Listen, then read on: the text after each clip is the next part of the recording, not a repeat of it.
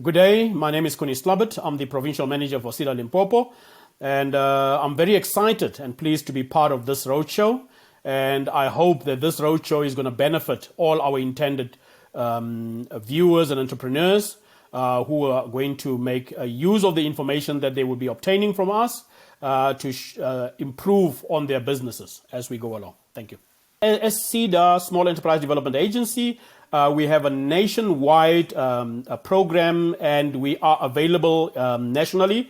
We have 9 provincial offices. Our head office is in Pretoria, and we have 56 branch offices throughout the country. Our responsibility as an agency of the Department of Small Business Development is to ensure that we capacitate all entrepreneurs. We are focusing this month especially on women entrepreneurs, especially the youth, and all those entrepreneurs who have been left behind because of whatever challenges that they may have been facing. We want to ensure you that within this month, but going forward as a program of the department, we want to pay special attention to you. We have new programs that we have just launched. They are called the Township Rural Entrepreneurship Program. But over and above that, we have our normal programs that we are focusing on. We are currently focusing on the She Trade. The She Trade program is an international program that is headed by the UN. We also, and the Department of Small Business Development. We also have, currently we are running a program with the presidency and the UN Women, ensuring that we are capacitating women and we are giving them an opportunity to form part of an international business platform where we will give them all the mentorship and training that they would need in order for them to be able to participate and partake in the international platform for businesses in order for them to grow their businesses going forward. Thank you. What we've realized as an enterprise development agency within the country, as well as in Limpopo, more specifically in Limpopo, because Limpopo is a rural province, we find that people do not have information. And I think that is the biggest challenge. If you do not have information, you cannot grow your business. You are hamstrung. You cannot go anywhere. So over and above that, and the fact that women entrepreneurs are excluded in the main initiatives and activities that are happening, not just in government, but also in the business fraternity at large. We are driving that to ensure that women are taking their rightful place in business because with women, we are 100% sure that they are going to create not only sustainable jobs, but also sustainable businesses, and they are going to make sure that the economy grows. We know that if you give a woman a little bit of a platform, she can grow. If you give a woman a 10 rand, she can feed a family. If you give a man a 10 rand, it's for himself. So we are saying, based on that women, your opportunity is now here. As government is focusing on women businesses, we want to make sure that you are forming a big part of that, and we want to make sure that the 30% procurement processes that government is currently making available, you are forming a big part of that to ensure at the end of the day that your businesses are growing, but also to make sure that you create the legacy that you are meant to create. I'd say Limpopo women are tenacious about their businesses. They stand back for nothing. They are go-getters, and they are always willing to take on a challenge, no matter what the circumstances are. They take challenges head on, and they make sure that when they start with something, they do not let go. They go through it every step of the way to make sure that they make a success out of it. We are always seeing, I think, I'm speaking under corrections, on a daily basis, we are seeing out of 10 or 15 people visiting our offices, we have 90% of women coming to see and ask for developmental processes, to see what programs are there that government is putting in place in order to help them to grow their businesses. Just that already tells us that the women in Limpopo are not standing back because they are from a rural province. They are not giving any other person an opportunity to go ahead of them. They want to make sure that they form part of the decision making, and they are in the forefront of making sure that they are going to benefit. And while they are benefiting, grow their businesses, because They know that that's how they are going to grow the economy of the province. They put it on their shoulders to make sure that the economy is really hanging and hinging on them as women in the province. Let me put it to you this way. We deal with people that are already in business who wants that extra developmental processes to make sure that their businesses are growing, they're not stagnating. But we have room for new entrepreneurs. Those young ladies that are still at school, we have a program, entrepreneurship in schools program, where we start by training these young ladies at a school level from grade 12. From grade 10, to make sure that when they grow and they go out of school, they already know what they want to do. Whether they want to go and study entrepreneurship or whatever they want to study, or they want to start businesses to be able to create employment so that they become role players in this initiative. So we want those people that have got ideas, they must come to us. We have a variety of processes that we are going to bring to their attention and also help them to nurture their ideas, to broaden the prospect of what they want to do, so that when they want to start businesses, the world is their oyster. And we are there to nurture them through those processes. There is no field where we can say to them that this we are not going into, this is a no-go area, or this we don't have the expertise. We make sure that we've got a network of stakeholders and service providers within the ecosystem that can help them to come in and start any business that they want to start, whether it's a budding idea, whether it's something that they've already refined, whether it's something that is already working, whether it's a business that is stagnating, that's not growing, or people that have just got retrenched from their employment and they are saying, I've been retrenched, but I've got a bit of money and I've got an idea. We are ready to help them. Let me put it to you this way. We've had how many industrial revolutions? The fourth industrial revolution is based on IT. But I'm saying, let's not just look at IT. We have to drive manufacturing in this country.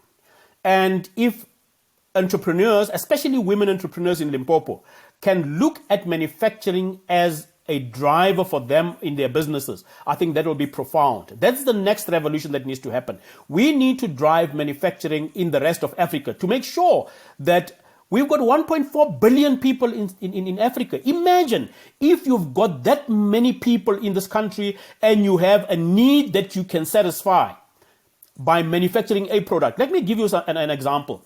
We all know that we all love Magnum ice cream. But are you aware that the ice cream sticks have to be imported? Now, I'm saying, and I'm putting a challenge out there to our women entrepreneurs to say, can you go and decide and think about manufacturing ice cream sticks? Imagine how much money you'll be able to make, because we don't have anyone manufacturing this. We have people, companies importing toothpicks from China. Really? We've got such huge forests in this country. Let us look into those things. The fourth industrial revolution, which is based on IT, yes, good. No problem. Let's look into that. But let's also look at manufacturing. How many manufacturers are there? What can we do in order to change the mindset and believe that we can add value? Because manufacturing is adding value to any other product. We need to change the status quo that we are currently having in this country to make sure that we drive manufacturing processes so that we become the next a country where the revolution of manufacturing will be based in, so that we can show the world that Africa is not just a country of consumers, but we are manufacturers as well. As a developmental institution, we are saying to all business people, come to us. We have the resources, we have the network, and we have the stakeholders that can help you with anything and everything that you want. We are currently, as a country, we are promoting incubation, and women need to get more involved into incubation programs. We are currently driving a number of programs that are only looking mainly at women entrepreneurs. And we are saying during this Women's Month, there is a small sector that people are not paying much attention to, the sector of personal care. We are driving that because we know that women, the young ladies, that makeup is such an important part in any woman's life. We are seeing nowadays that men are also going into that sector to say, I just don't want to get up, wash my face and go out, but I need to be pampered a little bit, And the women entrepreneurs are the people that will be pampering us to make sure that they do us manicures and pedicures and whatever cures they do to us. But the most important thing is that we are there to help them, to make sure that the human resources factors are taken care of. Their developmental factors are taken care of. Where they are battling with finances, we'll help them. We'll do a once-off financial cleanup to make sure that they meet the standard SARS requirement. We will link them up with SARS. Those that are not registered as yet, we will register them with CIPC. We will register them with SARS. We will register them with UIF for those who are qualifying to register. I beg your pardon, register with UIF because they've got employees. We are in the process of making sure that we are creating an environment where people can live out their passion. If a person is good in manufacturing, let them be, and they come to us and we will help them to put in place every other thing that needs to be put in place so that they can live out their passion. They do not have to put on all the different hats to be the CEO, to be the HR, to be the financier. They need to understand what's going on, especially in their business as finance. We encourage that, but they must live out their passion when we will help them to get there.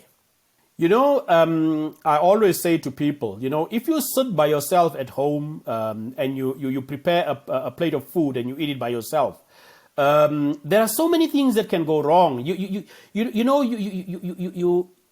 can't live by yourself.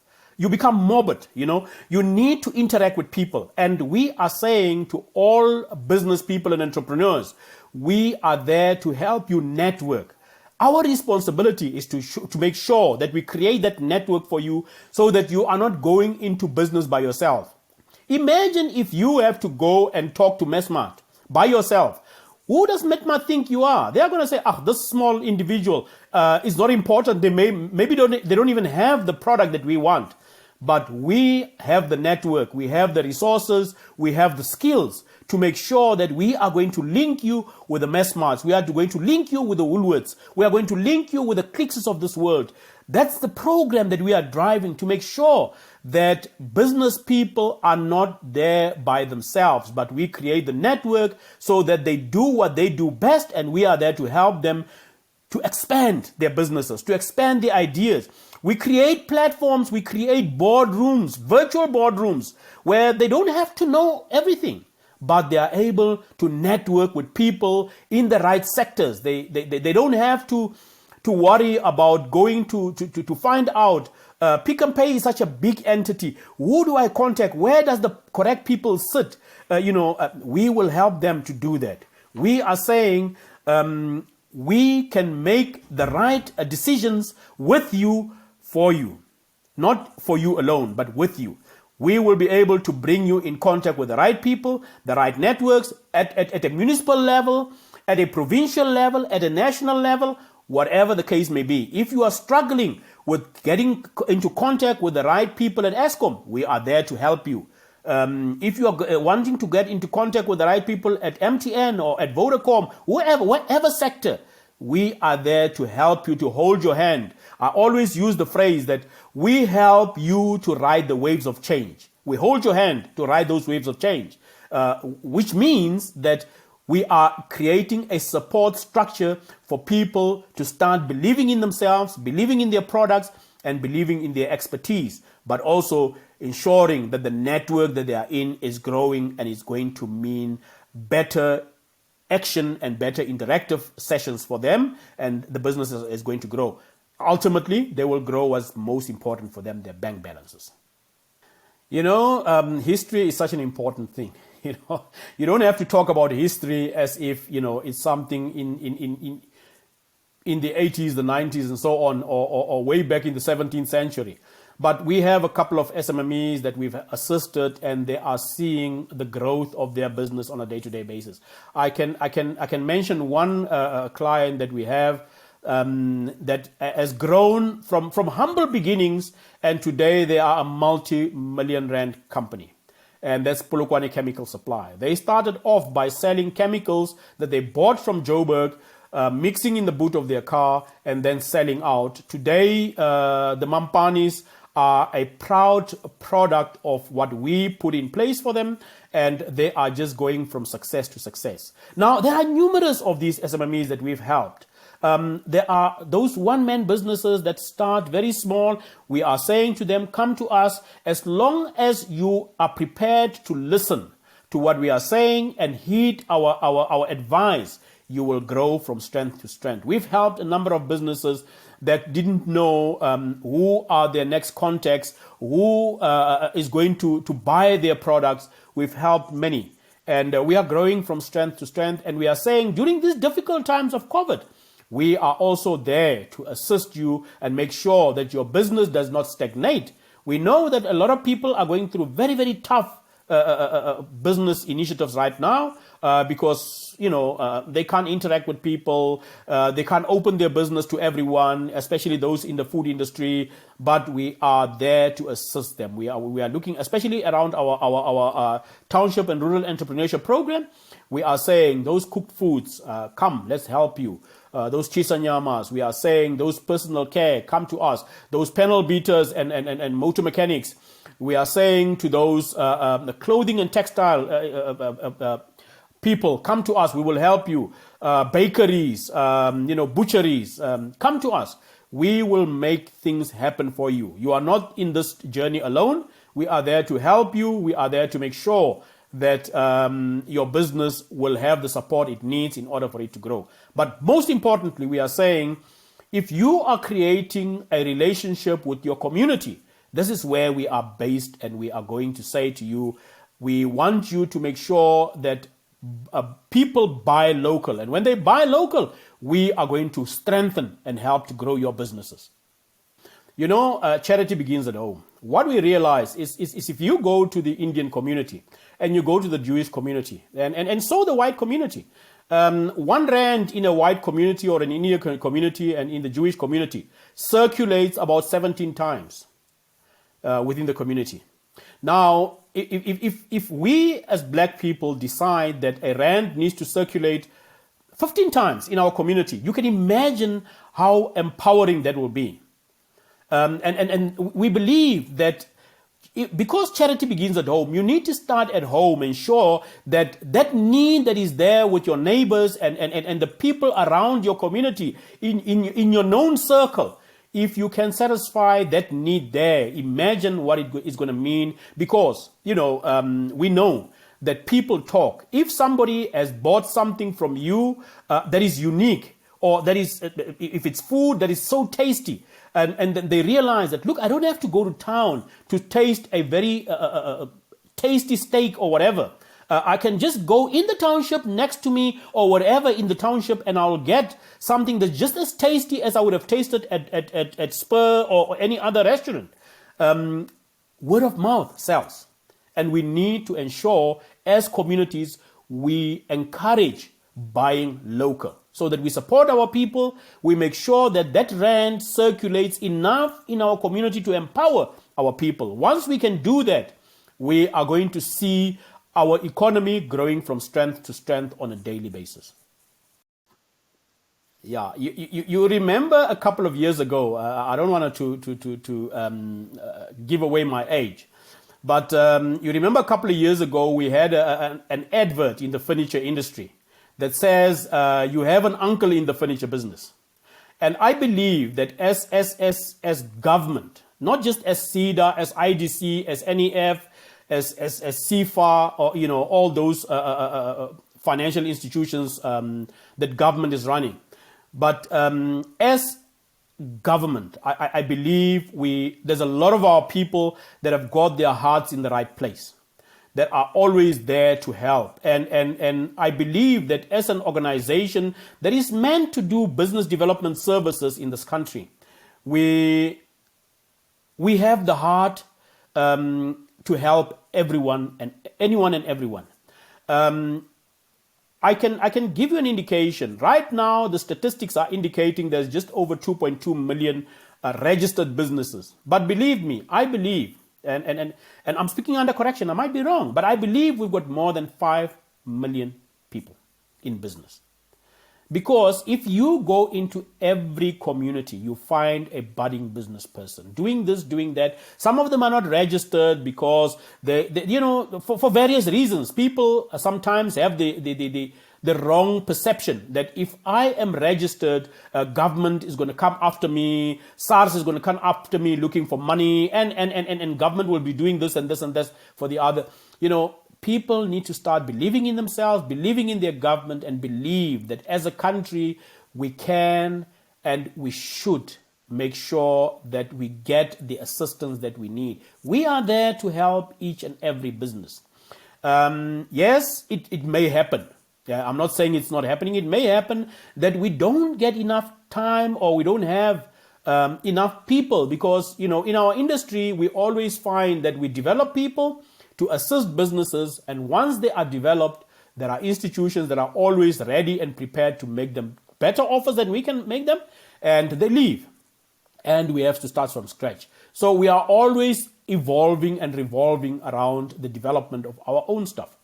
With the result that, yes, there might be people that will tell you, I went to SEDA, it's been 3 months now, I haven't had assistance. It happens. But we shouldn't lose hope, because that is why we are creating the ecosystem that we are currently driving through. To say, as SEDA, we are facilitating a lot of initiatives. There are a lot of role players that are out there that we are willing to work with and recommend and send those people that are coming to us to these institutions so that they can get the assistance that they need. It's important that people understand that we cannot do it by ourselves. It's impossible. If you are going to touch the lives of 5 million people, it's going to be impossible for you to meet each and every demand or requirement or request that they have. But hence we are saying we are extending a hand out there to all other role players within this environment and this ecosystem, to say, as an ecosystem facilitator, we will be playing a meaningful role to ensure that you get the necessary assistance that you got. If you came to us and we couldn't help you, do not despair. Come back. Let us see. Maybe the individual that you talked to has since left. And if that person has left, chances are that your file is still lying somewhere. It needs to be given to a new person. And the new person will not attend to that if he or she does not know what the question that you wanted fulfilled is all about. So we just make sure that we are there to assist people. I always say to people, I am a public servant and I work 24/7. The only time that I'm not available is between 1 minute past 1 and 9 minutes past 1, because then I'm fast asleep. But any other time you can call me, I'm available, I can help wherever I can. I think what I can say to people is that you stand a better chance by being part of a family than doing things by yourself. I want to take this back to the struggle. People always used to say, if you are one person confronting the government of the day, it is easy for the government to break you. But if you are a whole community, the government may try all it wants to do and implement, but they will soon be confronted by reality and they will listen to you. And so too, if people register their businesses, they become more in the system, and the system is able to employ more people to help them. And there's much more advantages and there are many more benefits to being a registered business person than to be operating informally where you don't have any support structure for anything. It is better to have the support structure that will take you through all the other support systems and structures that are there and benefits that you can gain than you being by yourself. If you want to fix a car and there are enough hands to help you when you are doing something, to give you on the tools and give you this and give you that, works. They say many hands works lighter. Hence, I always believe in ensuring that people are registered. If they are registered, the network becomes bigger. government, since they are depending on funds from businesses, you would find that there are businesses that are actually, yes, you will be paying your dues in the form of taxes and so on and so on, but you are going to benefit more out of those taxes that you are paying. And I think it is only more important for you to make sure that you form part of a bigger community in order to drive a positive change within this economy. The only thing that I can say to entrepreneurs out there is government is doing everything in its power to make sure that the benefits that you are looking for are there. And we, as an implementing agency of the Department of Small Business Development, we are there to help you to make sure that you realize those benefits that you are supposed to be getting. So don't shy away, come to us, make sure that we help you. And if you didn't get help in the first instance, don't get upset, come back. We are just human, and to be human is to err. So we are always there to fix on our challenges, but we will make sure that you get the services and assistance that you need. Thank you. I believe we are not selling ourselves enough out there so that people know about us. Because I think, wherever I come, when I speak to people, people will ask you, SEDA, who is SEDA? They don't know about SEDA. It is upon us to ensure that we sell ourselves enough through this kind of media so that people know that we are there to help them. It's been a great session.